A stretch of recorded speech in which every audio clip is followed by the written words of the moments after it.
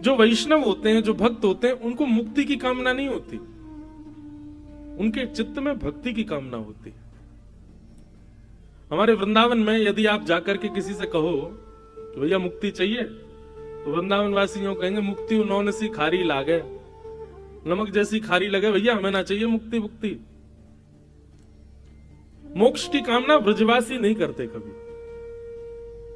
और हमारे वृंदावन की रीति बंधुओं ऐसी है कि वहां वृंदावन में जन्म लेने वाला, वृंदावन की उपासना करने वाला, वृंदावन का नित्य स्मरण करने वाला वैष्णव वो मुक्त नहीं होता, वो अपनी मृत्यु के पश्चात निज वृंदावन में प्रवेश कर जाता है। वृंदावन और निज वृंदावन में अंतर क्या है? आप जिस वृंदावन का दर्शन करते हैं वहां बिहारी जी बैठे हैं, राधा वल्लभ जी बैठे हैं, राधा रमण जी बैठे हैं, गोवर्धन नाथ के दर्शन है, यमुना जी बह रही हैं, संत रसिक जन अपनी अपनी कुटियाओं में बैठे हैं, कीर्तन कर रहे हैं, हजारों लाखों की तादाद में वैष्णव दर्शन कर रहे हैं, ये आज का वृंदावन है। और निज वृंदावन क्या है? निज वृंदावन बिल्कुल विपरीत है। राधा रमण जी का मंदिर तो है, पर जब आप राधा रमण जी का दर्शन करोगे तो श्री राधा रमण लाल जी अंदर स्थिर नहीं बैठे होंगे, कहो तो ऊपर बैठे होंगे, कहो तो नीचे बैठ करके, कहो तो रसोई घर से सामग्री लेके खा रहे होंगे, कहो तो कीर्तनियान के संग बैठ करके बाजो बजा रहे होंगे, कहो तो नृत्य करतान के संग नृत्य कर रहे होंगे। मतलब निज वृंदावन में ठाकुर सचल है, अचल नहीं है। बिहारी जी के मंदिर में जाओगे निज वृंदावन में, तो सामने जब आप ब्रह्म गर्भगृह में दर्शन करोगे तो कहो तो बिहारी जी आपको ऐसे सुख आसन में बैठे दिख जाएं और आपसे कहेंगे अरे अकेला आए हो, कछु लेके ना आए हो, मेरे काज काले क्या आए हो, जल्दी बता। बिहारी जी स्वयं बात करेंगे। ये निज वृंदावन है। दूसरी बात, निज वृंदावन में सब रसिक जन है, मीराबाई भी वही है, सूरदास भी वही है, कुमनदास भी वही है, कबीरदास भी वही है, तुलसीदास जी भी वही है। वहां निज वृंदावन में जिन संतों के रसिकों की हम चर्चा सुनते हैं वो सब निज वृंदावन में है। निज वृंदावन में यमुना जी का जो जल है वो ऐसा लगेगा मानो केसर युक्त जल बह रहा हो, उसमें से मंदम मंदम सुगंधी आ रही है। निज वृंदावन के जो रज कण हैं वो किसी मणि से कम नहीं है। निज वृंदावन में वृक्ष वल्लरी भी श्री राधा कीर्तन कर रहे हैं। हमारे वृंदावन की रीति ऐसी है कि वृंदावन में जिसका जन्म होता है या फिर वृंदावन में जो प्राण त्यागता है उसको निज वृंदावन की प्राप्ति होती है, वो निज वृंदावन में जाता है। और एक बार मुझसे किसी वैष्णव ने पूछा, महाराज जी आप वृंदावन में जन्म लेना और वृंदावन में मृत्यु पाने को इतना श्रेष्ठ बताते हैं, लेकिन जो व्यक्ति वृंदावन में जन्म तो लिया या फिर प्राण वृंदावन में निकल गए पर उसके जीवन में भक्ति नहीं थी, भजन नहीं था, श्री जी की सेवा उसने नहीं की, ठाकुर जी का कभी यजन नहीं किया, उसको क्या प्राप्त होगा? उसको मौका प्राप्त होगा, एक और बार ठाकुर जी उसको एक चांस प्रदान करेंगे, मौका देंगे, जाओ एक बार और तुम जन्म लेकर के प्रयास करो। वृंदावन में जन्म और मृत्यु पर यदि व्यक्ति के स्वभाव, गुण और उसके व्यवहार में भक्ति ना हो और ऐसे व्यक्ति का यदि वृंदावन में प्राण त्याग दे या वृंदावन में उसका जन्म हो जाए तो ऐसे व्यक्ति को मृत्यु के बाद ठाकुर जी एक अवसर और देते हैं, एक अवसर और तुमको दे रहे हैं, एक बार और तुम जाओ, जन्म लो, वृंदावन की उपासना करो, और अब की बार यदि हमारी भक्ति नहीं करी तो तुमको नरक जाना पड़ेगा, तो तुमको संसारी लोगों की तरह 84 लाख योनियों में भटकना पड़ेगा। तो वृंदावन की तो बात ही अलग है, वो तो परे है, उसकी चर्चा ही अलग है। इसलिए वृंदावन की चर्चा होती है तो मैं अलग से 3-4 दिन का ही क्रम करता हूं, क्योंकि वृंदावन स्वयं ऐसा विषय है जिस पर 7 दिन बोला जा सकता है, अद्भुत है। सीधी बात, हम एक बात हाथ जोड़ के कहें, वैष्णव जो है वो कभी मुक्ति की कामना नहीं करता। स्वर्ग तो बहुत दूर की बात, स्वर्ग किसे कहते हैं? स्वर्ग जाना कोई अच्छी बात नहीं है बंधु। आप लोग यदि ये सोचते हैं कि मृत्यु के बाद स्वर्ग मिलना बहुत श्रेष्ठ है, नहीं। क्षीणे पुण्य मर्त लोकम विशंति। स्वर्ग एक प्रकार का 5 स्टार 7 स्टार या उससे ऊंचा बढ़िया कोई होटल कह लो तो वो स्वर्ग है। आप यहां पुण्य करते हैं, उस पुण्य के बदले मृत्यु के बाद आपको वो स्वर्ग प्राप्त होता है। जितना आपने पुण्य किया उस पुण्य के बदले आप स्वर्ग में रहोगे, जी के पास ही रहता है। इसलिए स्वर्ग, कई लोग घरों में किसी मृतक व्यक्ति के चित्र के नीचे भी स्वर्गवासी लिखते हैं। स्वर्ग कोई श्रेष्ठ नहीं है जाना, स्वर्ग जाने वाले का पुनर्जन्म होता है, पर वैकुंठ और मुक्ति प्राप्त करने वाले का पुनर्जन्म नहीं होता। और एक बात आपको बता दें, वैसे तो ये प्रश्न है कि हम मानवों के जीवन का उद्देश्य क्या है। कभी पूछा खुद से, हमारा उद्देश्य क्या, हम जी क्यों रहे हैं?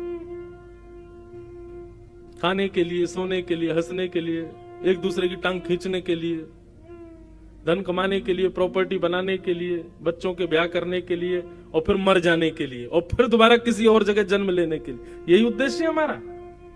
नहीं। मानव का उद्देश्य क्या है? ऐसे तो भक्तों के तो अनेक उद्देश्य हैं, पर एक सामान्य मानव का उद्देश्य कहें तो ऐसे कर्म करे कि पुनर्जन्म न विद्यते, उसका पुनर्जन्म ना हो। नरक से भी ज्यादा कष्टदायी यदि कुछ होता है तो वो होता मातृगर्भ, और वो भी मानवों के गर्भ में आए हो तो बहुत अच्छी बात है, लेकिन किसी सूकर कुकर आदि किसी के गर्भ में गए, कितना दर्दनाक होता होगा, कैसे जीता होगा वो जीव। भागवत के कपिल देवोती संवाद में भगवान कपिल कहते हैं सबसे ज्यादा कष्ट पाता है जीव। जीव किसको कहते हैं? जब तक वो बालक नहीं बनता तो मातृगर्भ में जो अणु होता है उसको जीव कहते हैं। उससे ज्यादा कष्ट दुनिया में कोई नहीं पाता, भयंकर कष्ट में रहता 9 महीने तक। तो ऐसी क्रिया करना कि पुनर्जन्म न विद्यते, ये एक सामान्य मानव का कर्तव्य है, ये उद्देश्य है हमारे जन्म का। मैंने कल भी कहा था, मानव जन्म क्या है? मौका, अवसर, इसको गवाओ नहीं, इसका साफल्य प्राप्त करो। पर वैष्णव मुक्ति भी नहीं मांगते।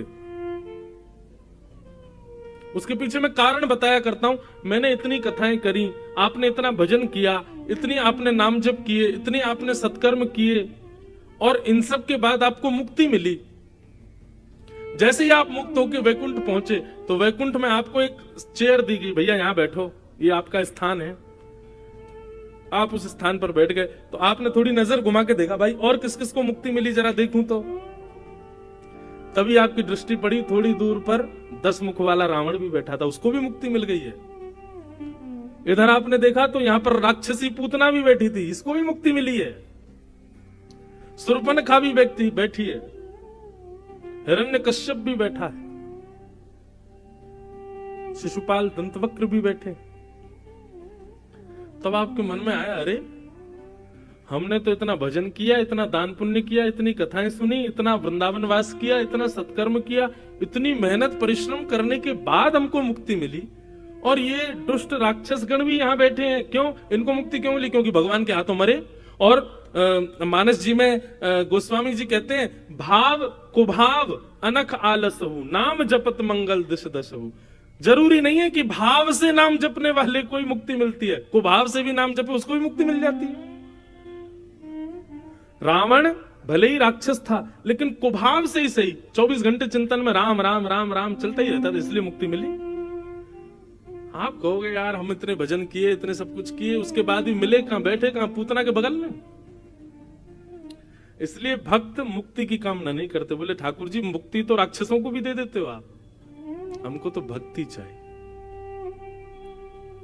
और भक्ति में ऐसी क्या प्रधानता है? बोले मुक्ति में तो समूह को ठाकुर जी दिखते हैं, पूरी भीड़ को ठाकुर जी का दर्शन होता है, पर भक्ति में तो किसी एक के लिए ठाकुर जी आते हैं। एक तो होता है कि पूरे गुना शहर को प्रधानमंत्री ने अपने ऑफिस में बुलाया और महाराज कम से कम 10,000 चेयर लगवा दी और एक साथ मंच पे आके सबसे मिल लिए। लेकिन एक बात होती है कि गुना के किसी एक व्यक्ति से मिलने के लिए अपने चार्टर प्लेन से वो आए, जेट प्लस सिक्योरिटी लगा दी, पूरा गुना शहर बंद, और एक व्यक्ति के घर जाके वो चाय पीने। दोनों में विशेषता क्या है? दोनों में श्रेष्ठ कौन है? एक व्यक्ति से मिले।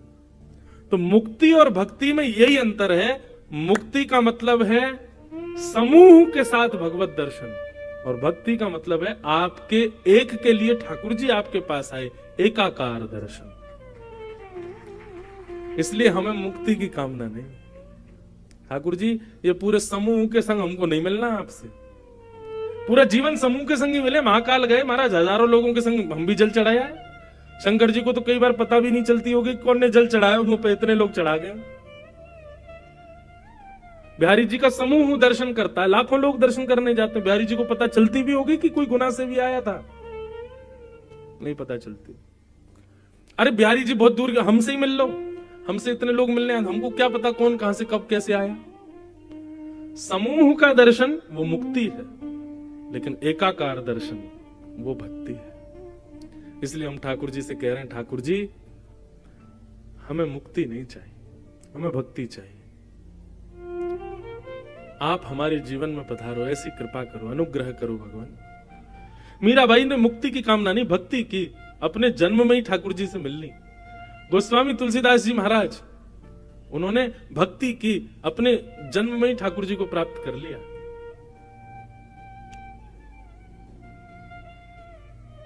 बादशाह अकबर की एक पत्नी थी, उसका नाम था ताज बेगम।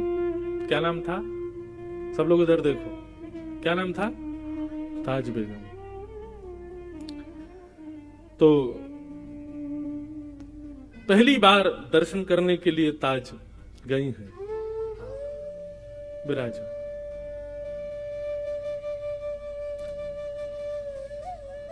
बोलो वृंदावन बिहारी लाल। बहुत ध्यान से सुनना। ताज बेगम पहली बार अकबर के साथ गोवर्धन गई। अच्छा, अकबर के ऊपर एक चीज तो लगती है कभी कभी, अकबर के ऊपर कृपा तो थी ठाकुर जी की। वो वृंदावन भी जाता था, गोवर्धन भी जाता था तो वो अकबर ही, पर उसको संतों के दर्शन खूब हुए। स्वामी श्री हरदास जी ने बड़ी कृपा की, गुसाई विठलनाथ जी का बड़ा आश्रय प्राप्त हुआ अकबर को। था तो वो मुगल, लेकिन उसके शासन में, अब मेरे पढ़ने में ना आई हो तो बात अलग है, लेकिन जहां तक मैंने देखा कि उसने कभी मंदिरों को और किसी भी हिंदू वैदिक सनातनी को कभी ज्यादा कष्ट तो नहीं दिया, दर्शन आदि करने देता था सबको। आपके ओरछा के राजा मधुकर शाह जी भी मित्र थे अकबर के। तो अकबर ऐसे कभी कभी दिग्विजय के लिए घूमने जाता था, गोवर्धन गया, गुसाई जी से प्रार्थना की कि हमको श्रीनाथ जी का दर्शन करना है। गुसाई जी बोले देखो हमारे मंदिर का निधान है, विधान है कि केवल वैदिक हिंदू ही भीतर प्रवेश कर सकते हैं भगवान, तो आपको दर्शन की यदि इच्छा है तो हमने एक ना मंदिर में खिड़की बनवा रखी है, वहां से हम दिखा देंगे ठाकुर जी आपको। अकबर बोला वहीं से दिखा दो। तो अकबर ने वहां से ठाकुर जी को देखा, ठाकुर जी को दर्शन करके वो चला गया। जैसे ही ताज बेगम बैठी उस खिड़की में और जैसे ही उस झरोके में से ठाकुर जी को देखा, अब तो स्थिति हो गई कि नेत्र बंद करे और वही छवि दिखाई दे ठाकुर जी की। यही पीछे जो छवि, ये गोवर्धन नाथ स्वरूप ठाकुर जी का, यही छवि दिखे। अब तो वो जहां जाए उसको वृक्षों की भी आकृति ऐसी दिखाई दे, उसको मयूरों की आकृति भी ऐसी दिखाई दे, वो रोटी भी देखे तो रोटी की आकृति भी ऐसी दिखाई दे। जहां देखे जित देखूं उतित श्याममयी, जहां देखे वहां श्याम सुंदर दिख रहे हैं। अब इसको आप क्या कहोगे बताओ? ताज बेगम का ना तो संग अच्छा, ना कुल अच्छा, ना परवरिश अच्छी, लेकिन फिर भी ठाकुर जी के प्रति प्रेम। इसको ये कहते हैं कि ताज बेगम नहीं गई है ठाकुर जी के पास, ताज बेगम का मन नहीं लगा है, ठाकुर जी का मन लग गया है ताज बेगम में। ये कहते हैं, इसको कहते हैं भगवत प्रीति। एक तो होता है हमको ठाकुर जी प्रिय लगते हैं, एक होता है ठाकुर जी को हम प्रिय लगे। ये कथा आदि इसलिए है भैया, हम लोग ताज बेगम जैसे तो नहीं है। ताज बेगम का जरूर पूर्व जन्म का कोई सत्कर्म होगा कि ठाकुर जी को प्रिय लगी, पर ये कथा आदि हम इसीलिए सुनते हैं ठाकुर जी को हम प्रिय लगे, हमें देख के ठाकुर जी रीझ जाए। ताज बेगम को खूब ज्वर चढ़ने लगा, बुखार आने लगा। बादशाह ने खूब वैद्य बुलाए, हकीम बुलाए, लेकिन कोई ठीक नहीं कर पाया। एक दिन बादशाह से जाकर के ताज बेगम ने अपने मन की बात कही, बादशाह हमारा ज्वर ठीक नहीं होगा, क्योंकि ये कृष्ण विरह का ज्वर है। जब से हम आपके साथ गोवर्धन गए और जब से हमने त्रिभंग लली श्याम सुंदर को देखा, तब से सब जगह हमको वही दिखाई देते हैं। हमें लगता है हमारा जन्म आपके सेवा के लिए या किसी और कार्य के लिए नहीं, हम उन्हीं के लिए पृथ्वी पर आए हैं। आप कृपा करके हमको वृंदावन भेज दो। अकबर ने पहले तो बहुत मना किया, लेकिन बाद में ताज बेगम की बात मान करके अकबर ने उनको वृंदावन जाने की आज्ञा दे दी। ताज बेगम वृंदावन आ गई और वृंदावन में रह करके ठाकुर जी का नित्य दर्शन करती थी। अच्छा, एक बड़ी सुंदर घटना है, ऐसी दो तीन लोगों के साथ हुई है। ताज बेगम को मंदिर में प्रवेश तो था नहीं, वो मंदिर में जाने तो देते नहीं थे, लोग बाग डरे रहते थे अगर मुगलानी है कहीं भीतर जाकर के कुछ गलत अनर्थ कर दे तो मंदिर अपवित्र हो जाएगा, तो उसको बाहर ही रोक दिया जाता था। लेकिन उसकी भक्ति इतनी प्रबल थी कि वो दर्शन करके आने वालों से पूछती थी, श्याम सुंदर कैसे लग रहे हैं? तो बताते, बोले आज ऐसा मुकुट पहना है, आज कानों में ऐसे कुंडल पहने हैं, गले में ऐसे हार पहने हैं, ऐसी पीतांबरी पहनी है, ऐसी पजम्मी पहनी है। तो उन्हीं का चिंतन करती थी, सुन करके ऐसे ठाकुर जी लग रहे होंगे। और कभी कभी ठाकुर जी की वैसी आकृति रेत में बनाती और वहीं दर्शन कर लेती। बोले वाह श्याम सुंदर, आज आप ऐसे लग रहे हो।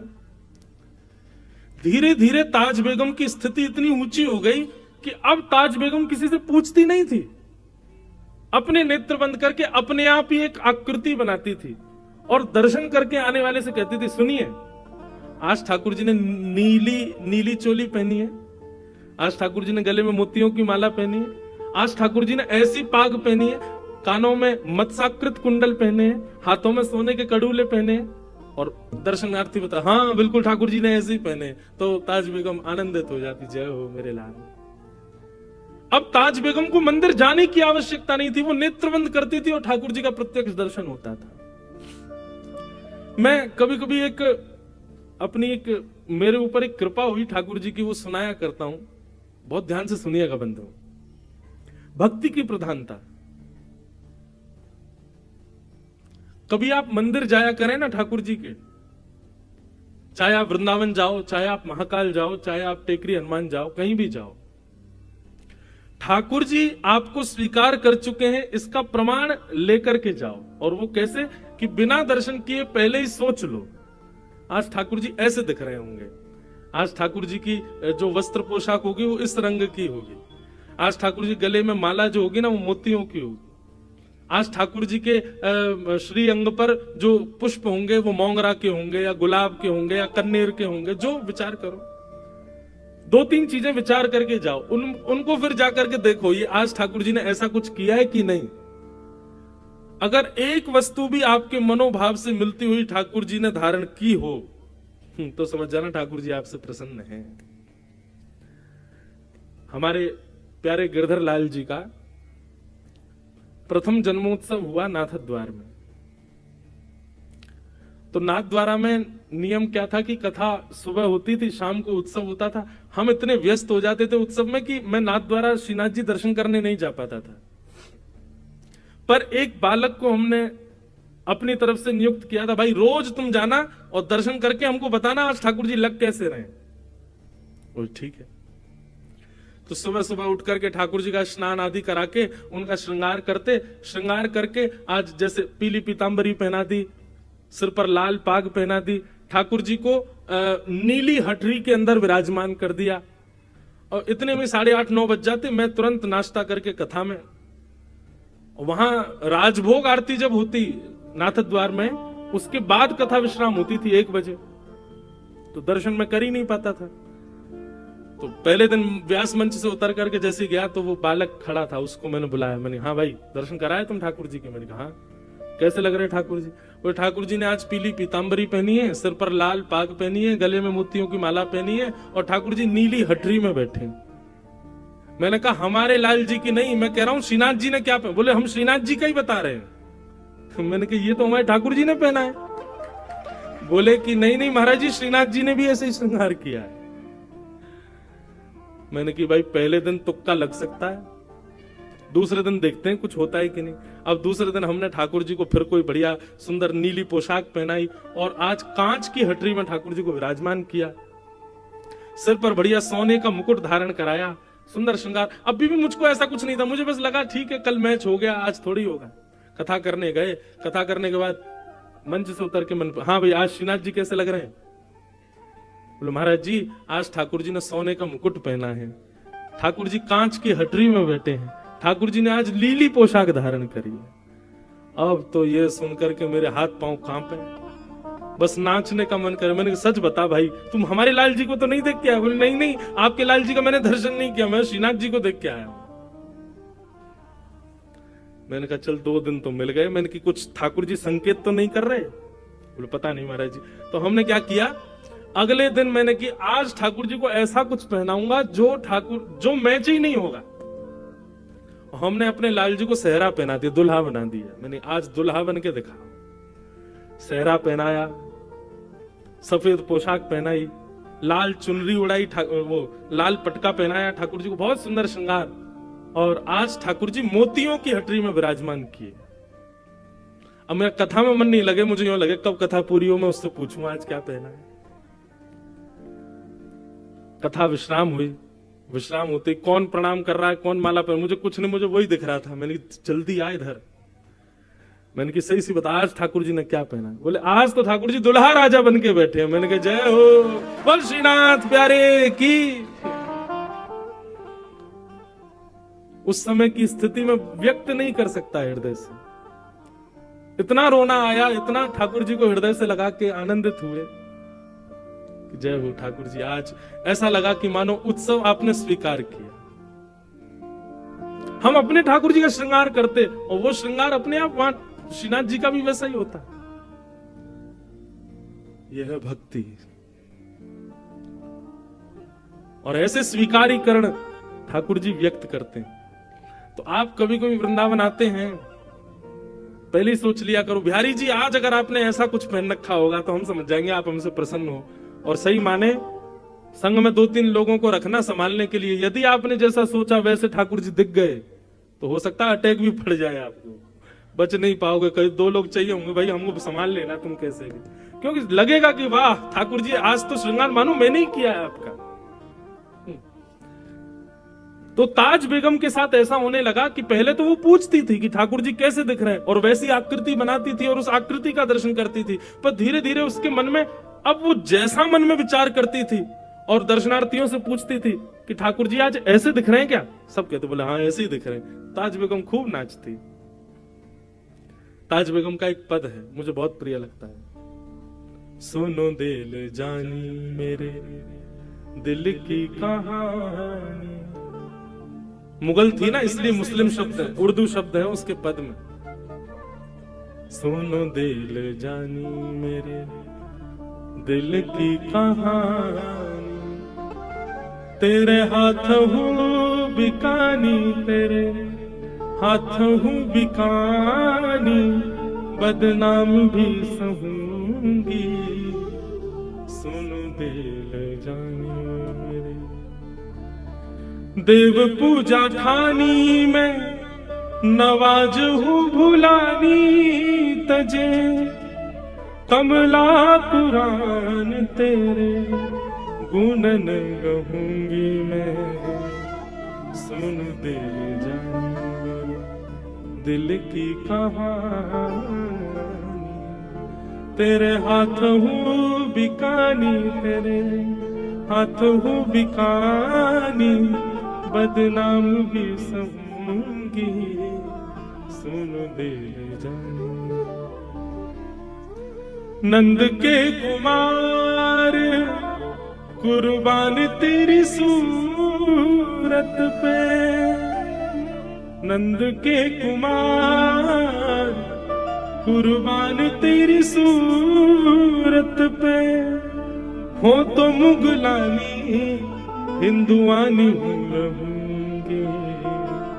सुनो दिल जानी मेरे दिल की कहानी, तेरे हाथ हूँ बिकानी, तेरे हाथ हूँ बिकानी, बदनाम भी सहूंगी। सुनो दिल जानी सांवला सलोना, सिर ताज सिर कूले दे, सांवरा सलोना सिर ताज सिर कूले दे, तेरे नेह दाग में निदाग हूँ कहूंगी। सुन दिल जानी मेरे दिल की कहानी, तेरे हाथों बिकानी बदनाम भी सहूंगी, सुन दिल जाने। ये बादशाह अकबर की पत्नी ताज बेगम, उनका जो शरीर शांत हुआ ना, वो कथा भी बड़ी विलक्षण है। होली का दिन पूरे ब्रजमंडल में रंग धमार हो रही थी और ताज बेगम अपनी कुटिया में बैठे बैठे ठाकुर जी का दर्शन कर रही है। लेकिन आज के दर्शन में यह था कि सब दिख रहे हैं लेकिन उसको ठाकुर जी नहीं दिखाई दिए। बहुत ध्यान से सुनना। ताज बेगम एक पद लिखती है धमार का, आज भी नाथद द्वार में होली वाले दिन जब ठाकुर जी के कपाट खुलते हैं ना, तो ताज बेगम की धमार गाई जाती है ठाकुर जी के आगे, जो ताज बेगम ने लिखी, अपने अंतिम शब्द थे उसके। मुझे याद नहीं है पूरी धमार, पर बहुत बहुत अच्छी धमार है वो। बहुरी ढप बाज रहे, ऐसे उसका प्रारंभ है, बहुरी ढप बाज रहे। ढप बजते हैं ना हमारे वृंदावन में जब होली होती है, तो गाते गाते वो पूरे ब्रज का वर्णन करती है। नंद बाबा अबीर उड़ा रहे हैं, यशोदा मैया गुलाल उड़ा रही हैं, गोपियां एक दूसरे के गाल पे गुलाल लगा रही हैं। अरे कहां तक गए, गैया भी एक दूसरे से अपने अंग को रिगड़ करके होली खेल रही हैं।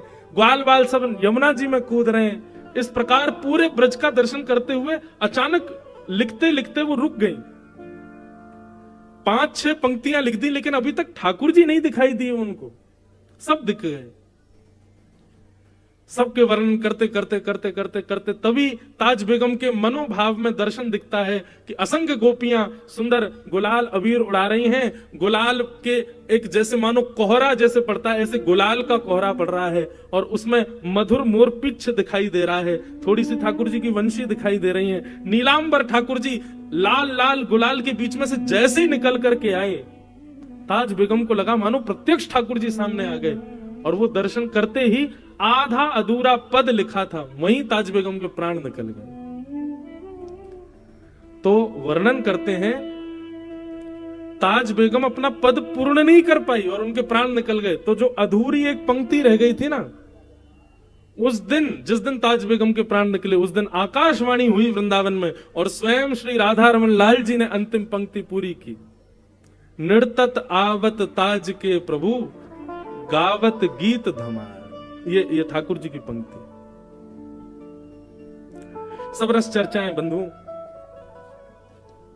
सबके समझने के वश की बात नहीं, पर अद्भुत है।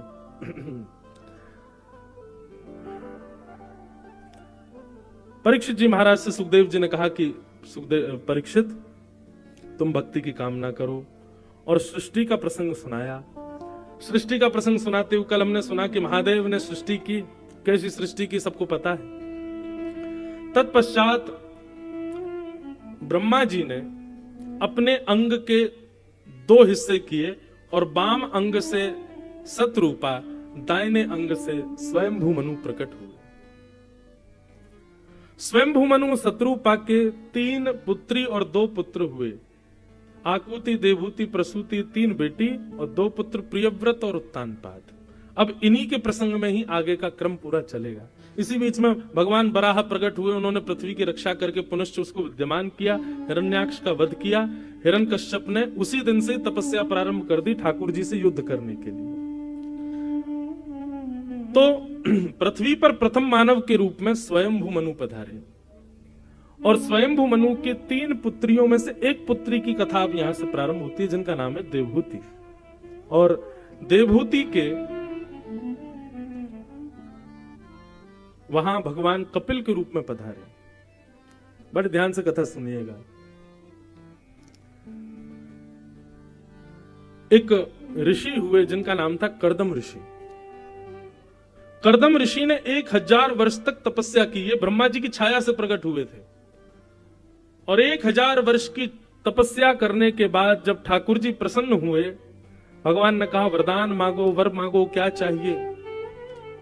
तब कर्दम ऋषि ने भगवान से क्या मांगा, बहुत सुंदर बात,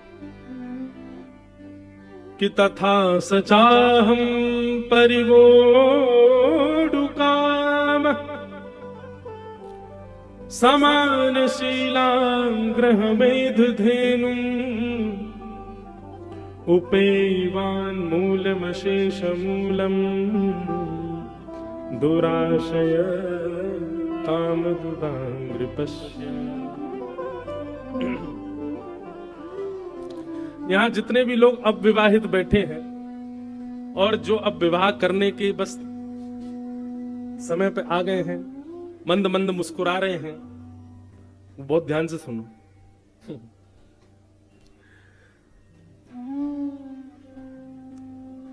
देवभूति माता ने कर्दम ऋषि की प्राप्ति की, लेकिन उसके लिए कर्दम ऋषि ने तपस्या की। यह पहली बार सुनने में आया कि किसी व्यक्ति ने विवाह के लिए तपस्या की। और एक बात कहें, करनी भी चाहिए। जीवन का सारा परिवर्तन हो जाता है विवाह के बाद। वास्तव में कहा जाए तो कोई अतिशयोक्ति नहीं, आप बस प्रारंभिक जी रहे थे जब तक विवाह नहीं हुआ। विवाह होने के बाद तो असली जीवन प्रारंभ होता है। आप सब लोग इस बात में ज्यादा अनुभवी हैं। हमको तो गुरुजनों का अनुभव है, वैसे तो अनुभव नहीं है। तो गुरुजनों के जो भागवत आदि ग्रंथों में जो वर्णित है उसका अनुभव है, और उसके अनुभव के अनुसार व्यक्ति का जीवन ही प्रारंभ विवाह के बाद होता है।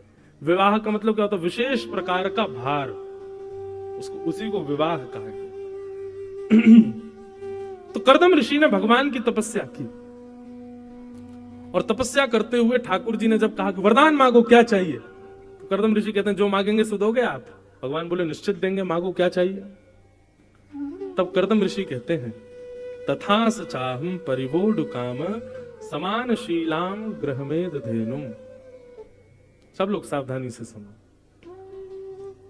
हे भगवान, मैं आपसे जितना प्रेम करता हूं, मुझसे भी कई अधिक आपसे प्रेम करने वाली एक कन्या से मेरा विवाह हो जाए, ऐसी कृपा मुझ पर कर दो।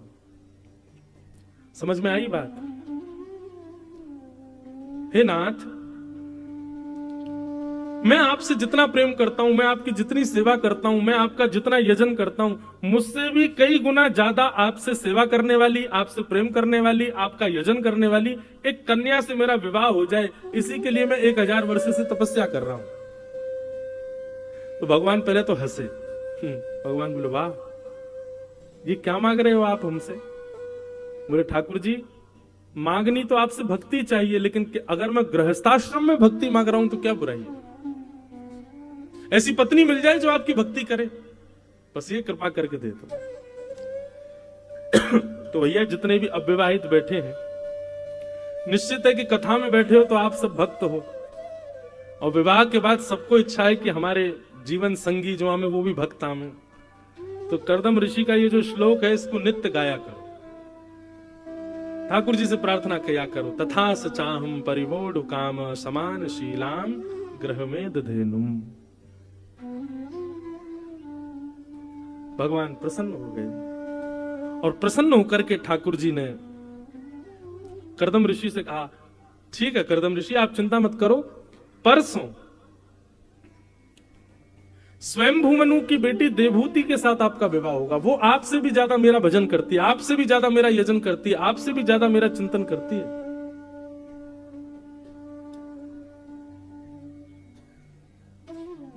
बहुत ध्यान से सुनो। कर्दम ऋषि का यह वरदान सुनकर के, भगवान का यह वरदान सुनकर के कर्दम ऋषि प्रसन्न हो गए।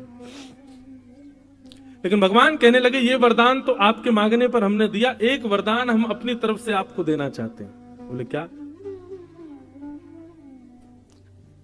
देवभूति के साथ विवाह होगा, ये हमारी तरफ से वरदान है, पर आपके यहां पुत्र के रूप में हम ही जन्म लेकर के आएंगे। ये हमारी तरफ से अलग से एक वरदान है।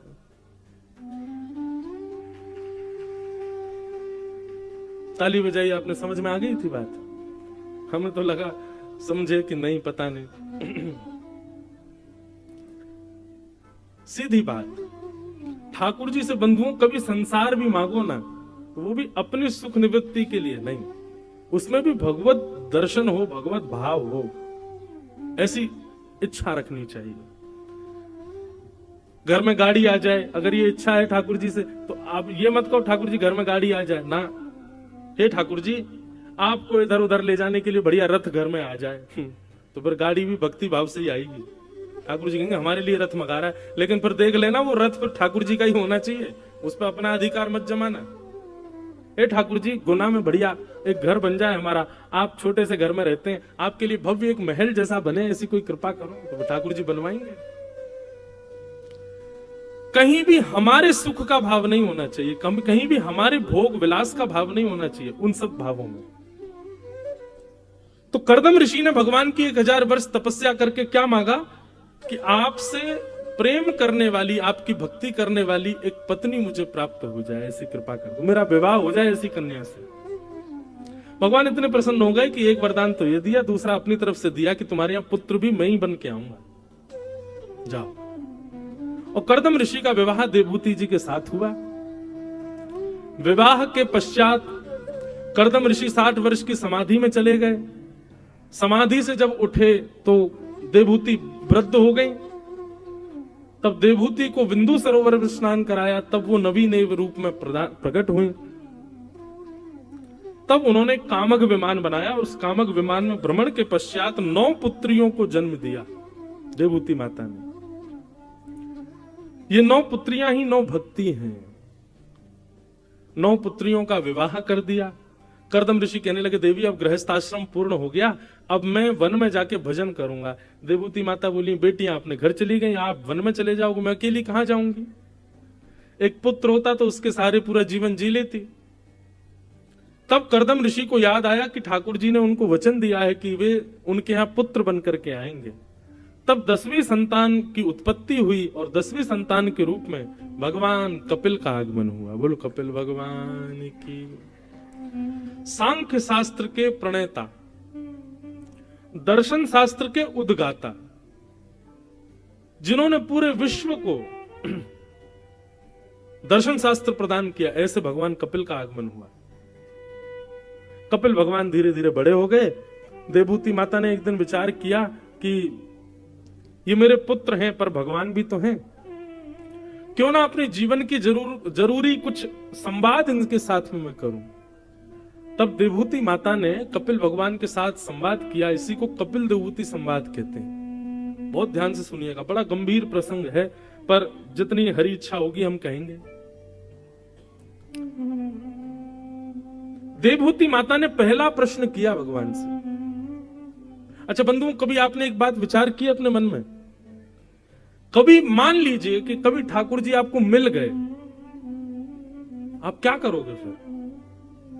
कभी प्रत्यक्ष हनुमान जी आपके सामने प्रकट हो गए, क्या करोगे?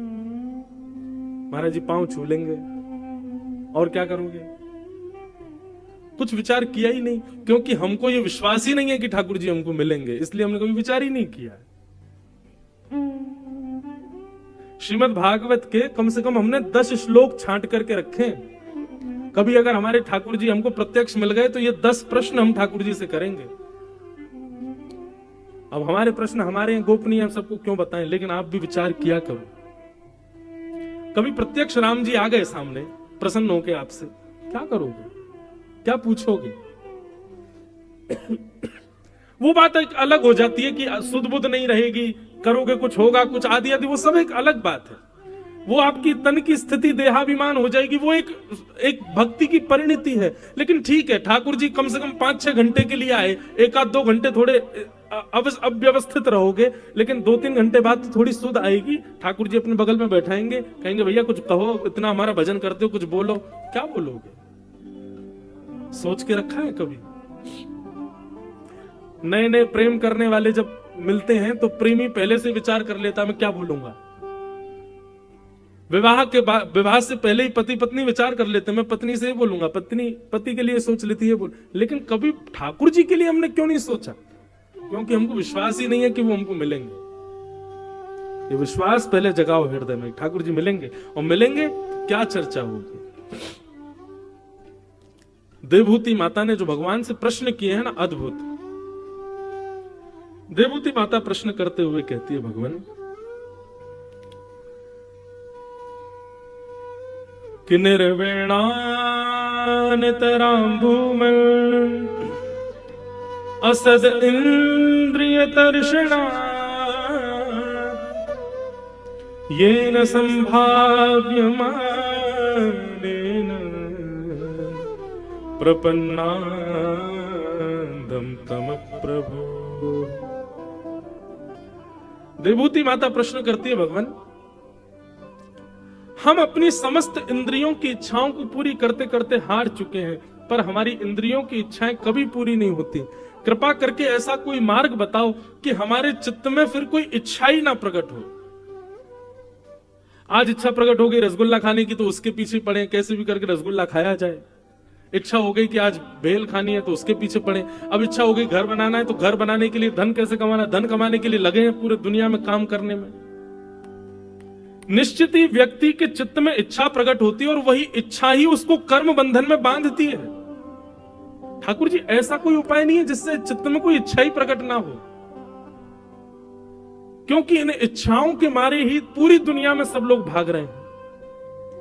लेकिन ये इच्छाएं भी पूरी नहीं होती। आपकी इच्छा थी बस घर बन जाए और कुछ नहीं, हमारा घर बन गया, घर में आ गए, उसी दिन दूसरी इच्छा जन्म ले लेती है, ये और हो जाए, वो भी हो गया, उसी दिन तीसरी इच्छा जन्म लेती है, ये और हो जाए।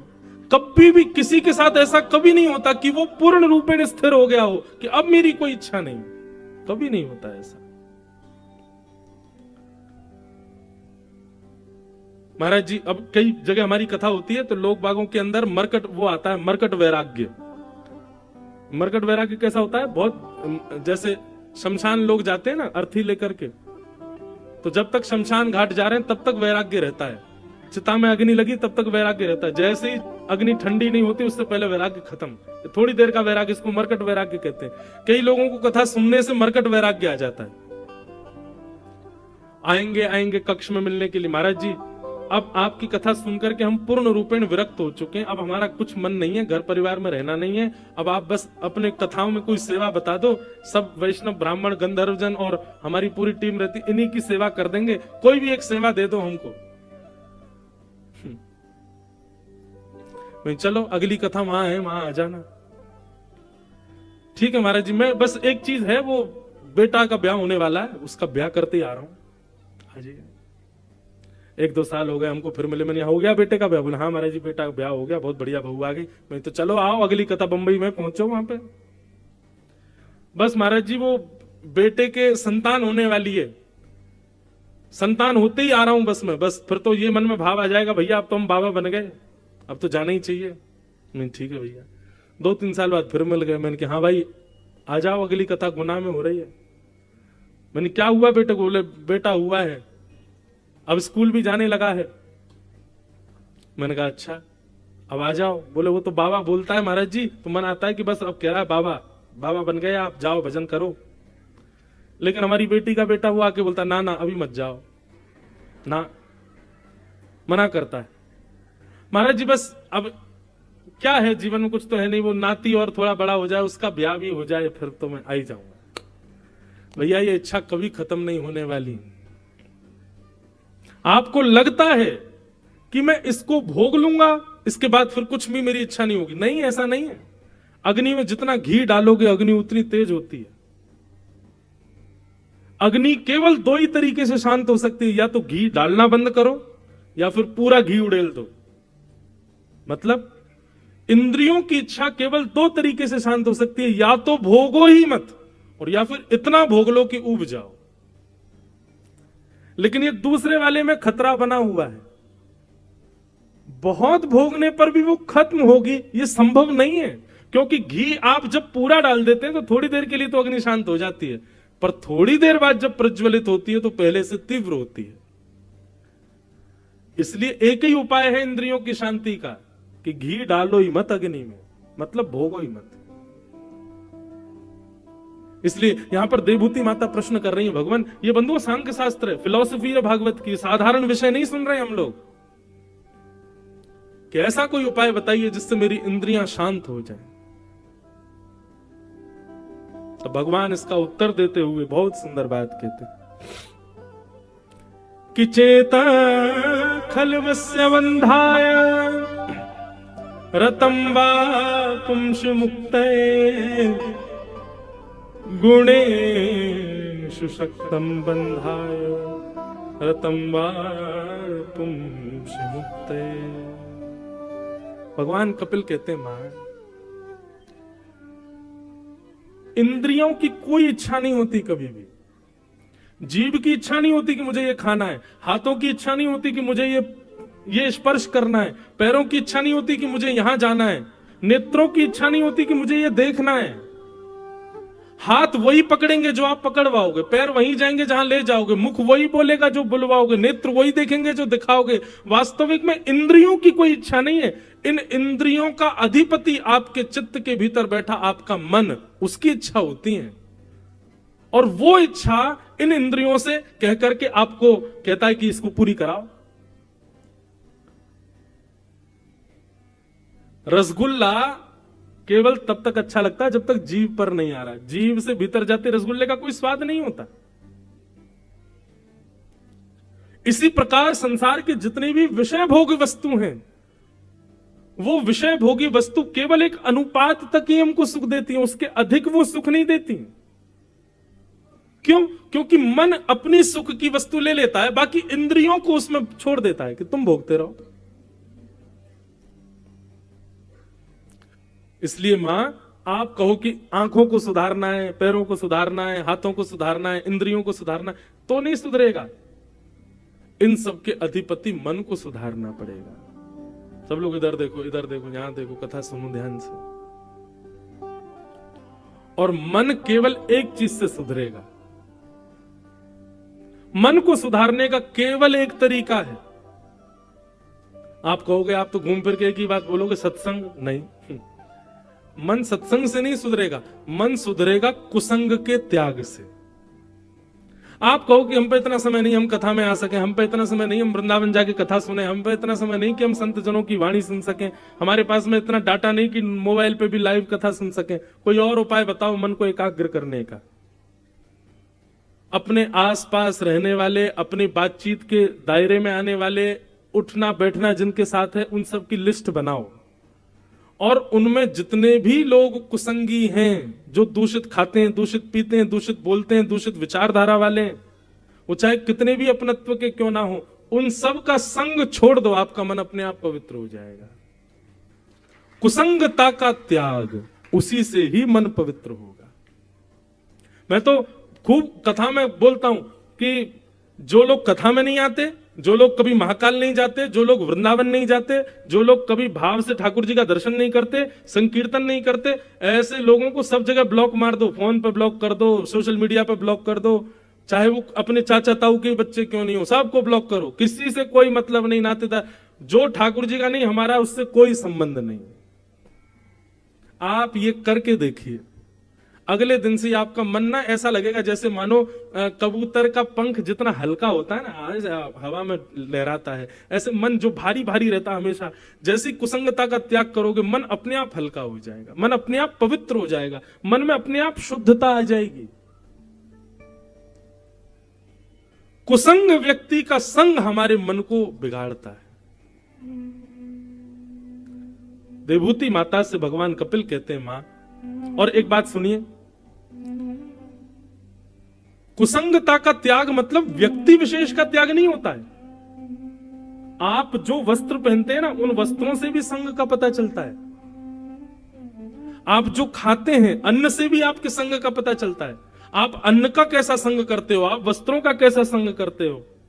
आपने देखा होगा कई संत महापुरुष कहीं भी जाते हैं, अपना आसन संग लेके चलते हैं, और जैसी कुर्सी पे बैठेंगे तो पहले आसन बिछाएंगे फिर बैठेंगे। क्यों?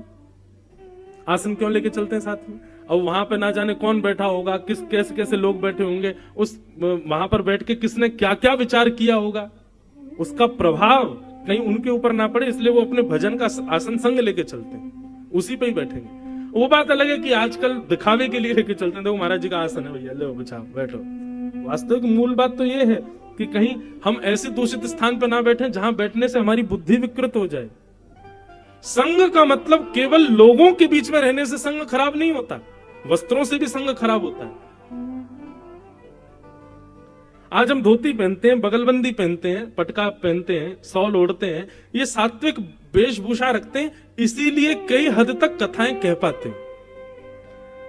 जिस दिन ये वस्त्र बिगड़ जाए, जीन्स पहनने लग जाए, टी शर्ट पहनने लग जाए, अपने आप बुद्धि विकृत होने लग जाएगी।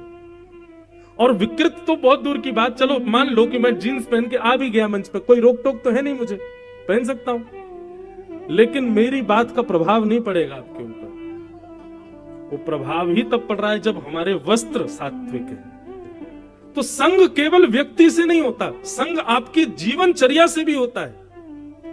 अब लोग कहते हैं प्याज लहसुन क्यों नहीं खाएं महाराज जी, कोई पाप थोड़ी है वो ऐसा थोड़ी नरक जाना पड़ेगा आपको, बस वो तामसी है। अभी 7 दिन यहाँ कथा चल रही है, तो अब आप सब लोगों का तो पता नहीं आप लोग घर जा क्या पाते हैं, लेकिन यहाँ जितने भी हमारे आयोजक परिवार, किरार परिवार, ये लोग बढ़िया शुद्ध भोजन कर रहे हैं, सात्विक भोजन कर रहे हैं, कोई प्याज लहसुन का प्रयोग नहीं कर रहे, शुद्ध सात्विक भोजन कर रहे हैं। इसका प्रभाव इनके मन पर यह पड़ रहा है कि ये 3 घंटा बैठ रहे हैं, 24 घंटा कथा चित्त में चल रही है, रात में लाल जी का दर्शन, सुबह लाल जी का दर्शन, 24 घंटे व्यापार आदि की इतनी चिंता नहीं हो रही होगी, 24 घंटा बस ठाकुर जी का स्मरण चल रहा होगा। क्यों? सात्विक आहार है। आहार की शुद्धि, वस्त्र की शुद्धि, आचरण की शुद्धि, संग की शुद्धि, सबसे मन पर बड़ा प्रभाव पड़ता है। आप लोग पहाड़ों पर जाते हैं, नदी किनारे जाते हैं, तो वहां अपने आप मन लगने लग जाता है। क्यों? सात्विक है, वातावरण शुद्ध है। वहां पर तामसी, जितना नगरों में तामसी लोग रहते हैं, इतने तामसी लोग वहां नहीं है, इसलिए आपका मन शांत हो रहा है। पर्यावरण से भी हम लोग कितने घरों में जाते हैं, लोग बाग बुलाते हैं, सत्य बता रहे हैं, घर में पैर रखते ही अनुभव हो जाता है कि घर कैसा है, यहाँ के लोग कैसे हैं, क्या खाते होंगे, क्या पहनते होंगे, क्या पीते होंगे, विवाद चल रहा होगा, भाई भाई लड़ रहे होंगे, सब पता चल जाता है। और ऐसे घर में फिर बैठने का बहुत ज्यादा देर मन नहीं करता, बस होता है बस प्रणाम करें, चलो दंडवत चलो। और कहीं कहीं ऐसे घरों में भी जाते हैं, वहां बैठ करके बस लगता है कि कोई तकिया दे दे, यहीं सो जाए, इतना सुख मिल रहा है, चित्त को इतनी शांति मिल रही है, इतना बढ़िया लग रहा है। अब ये सबके साथ होता है कि नहीं? हमारे साथ तो होता है ऐसा। मुझे घर में जाने से, नगरों से भी मुझे वो होती है, नकारात्मक सकारात्मक भाव आने लगते हैं। कई भारत के ऐसे नगर हैं, वहां पहुंचते ही ऐसा लगता है यहाँ कथा कब पूरी हो जाए यहाँ से। और कई नगर ऐसे, वहां ऐसा लगता है कि अरे 8 दिन हो गए पूरे, अरे और 10-15 दिन और कथा चलती रहती, आनंद आता। ये सब संग दोष है, और इन सब की शुद्धि से मन पवित्र होता है मां। लेकिन हम इतना तो नहीं सुधार सकते कि भाई वस्त्र भी सुधार लें, सब कुछ सुधार, कम से कम इतना तो सुधार कर सकते हैं कि ऐसे व्यक्ति का संग त्यागो जो ठाकुर जी से संबंध नहीं रखता, जो ठाकुर जी की कथा से संबंध नहीं रखता। यहां से प्रारंभ करो। और भगवान कपिल कहते हैं ये 5 लक्षण जिसमें हो उसका संग करो। कौन कौन से 5 लक्षण? कि तितिक्षवः कारुणिका सुहृदः सर्वदेहिनां अजात शत्रवः शांता साधवः साधुभूषणा। बहुत ध्यान से सुनिएगा। सबसे पहला लक्षण बताया तितिक्षु। तितिक्षु का मतलब होता है सहनशील, जो कि आज की डेट में कोई भी नहीं है, कोई सहनशील नहीं है। दूसरा लक्षण कारुणिका, सब पर दया करने वाला। तीसरा लक्षण सुहृदः सर्वदेही नाम, सबका भला चाहने वाला। चौथा लक्षण अजात शत्रु, किसी से शत्रुता ना करने वाला। और 5वां लक्षण शांता, मौन रहने वाला। ये 5 लक्षण जिसमें हूं मां उसका संग करो। आपको किसी में नहीं दिखेंगे ये 5 लक्षण, पर हमने कथा करते करते 5 लक्षण एक में देखे। दोबारा सुनिए और विचार करो ये 5 लक्षण किसमें है? सहनशीलता, दया, सबका भला चाहने वाला, किसी से शत्रुता ना मानने वाला और शांत रहने वाला। ये 5 लक्षण आपने किसी में देखे? 5 एक में नहीं, पर कथा करते करते हमको एक में ये 5 लक्षण दिखे, और वो है जगत जननी श्री गौ माता। गैया में ये 5 लक्षण होते हैं। केवल ताली नहीं बजानी, इस पे विचार करो। है कि नहीं ये पांचों लक्षण? तितिक शव, सहनशील, गैया सहनशील है, बहुत सहती है। दूसरा कारुणिका, सब पर दया करती है। कसाई भी जब पकड़ के ले जाते हैं तो मारने से पहले सोचते हैं थोड़ा दूध निकाल लो, मिल जाए चाय बना लेंगे, और अपने हत्यारों को भी दूध दे करके उन्हीं के हाथों मर जाती है। कारुणिका। श्रुहितः सर्वदेही नाम, सबका भला चाहती है, केवल मेरे बच्चों का पेट भरे ऐसा नहीं, जो पिए सबको देती है। अजात शत्रु, किसी को अपना शत्रु नहीं मानती। और पांचवा लक्षण शांता, शांत रहती है। आप कहोगे महाराज जी ये लक्षण तो भैंस में भी है, आपने उसका नाम क्यों नहीं लिया? मानव, मैं पहले से ही सोच के रखता हूं क्वेश्चन जो मानव मुझसे पूछ सकता है। आप कहोगे महाराज भैंस में भी है लक्षण, तो आप कहोगे महाराज जी बकरी में भी है, वो भी तो ऐसी रहती है बेचारी, वो भी दूध देती है, सबका भला करती है, ये करती है। लेकिन दोनों के स्वभाव में अंतर है। गाय का और भैंस का, दोनों का स्वभाव अलग है।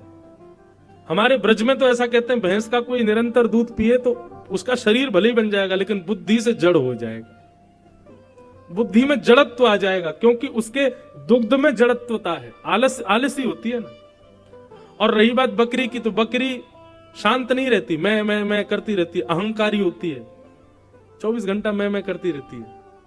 लेकिन गाय शांत रहती है, शांता, शांत स्वभाव है उसका। स्वभाव के रूप में गौ माता श्रेष्ठ है। तो ये पंच लक्षण जिसमें दिखे मैया उसका संग करो। लेकिन ये पांचों लक्षण आपको किसी में ना दिखे तो अपने अंदर लाने का प्रयास करो। एक विचार और हमने किया कि ये पांचों लक्षण जो हैं यदि नीचे से हम लाना प्रारंभ करें तो हमारे अंदर ये पांचों लक्षण आ सकते हैं। जैसे कि अंतिम लक्षण बताया था शांत, मौन रहना प्रारंभ कर दो। आप मौन रहना प्रारंभ करेंगे तो आपके अंदर चौथा लक्षण अपने आप आ जाएगा। क्या? अजात शत्रु, किसी से शत्रुता नहीं होना। शत्रुता होती उन्हीं लोगों की जो बोलते बहुत हैं, तो कम रहते, बोलते शांत रहते हैं। ये सूत्र है, संस्कृत का व्याकरण का सूत्र है और हमारे शास्त्रों का सूत्र है कि मौने च कल हो नास्ति। मौन रहने वाले के कभी कलेश नहीं होते। कलेश होते ही उसके ज्यादा है जो बहुत बोलता है। इसलिए आप मौन रहना प्रारंभ करो, अपने आप होता जाएगा कि आपके शत्रु खत्म हो जाएंगे, अपने आप आपकी शत्रुता नष्ट हो जाएगी। तो मौन रहने से ये चौथा लक्षण आ जाएगा। चौथे लक्षण से तीसरा लक्षण